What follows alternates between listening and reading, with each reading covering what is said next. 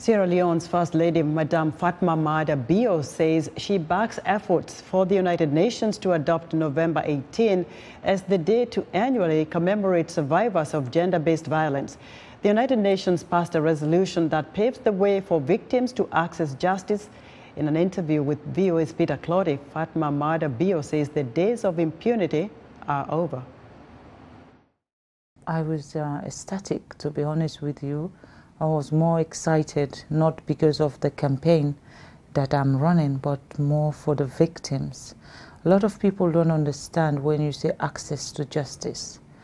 Rape victims are victimized all the way through, up to when they get to the justice system.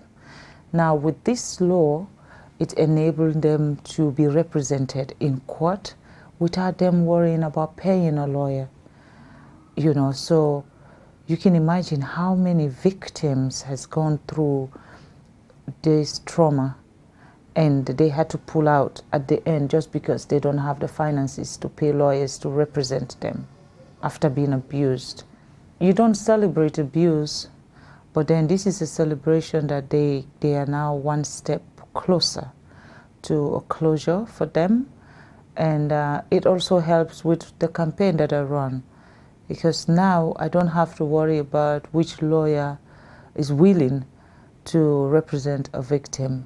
They all know now they are mandated to do that. So justice for them is justice for every one of us, because we are just the voices for them.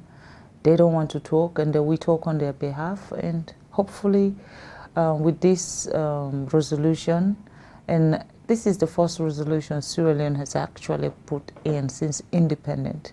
Now putting in your first resolution and get that through also means that the government is doing something right. The only time I know Sierra Leone participated on anything to do with the resolution was actually voting in favor of China to join the United Nations.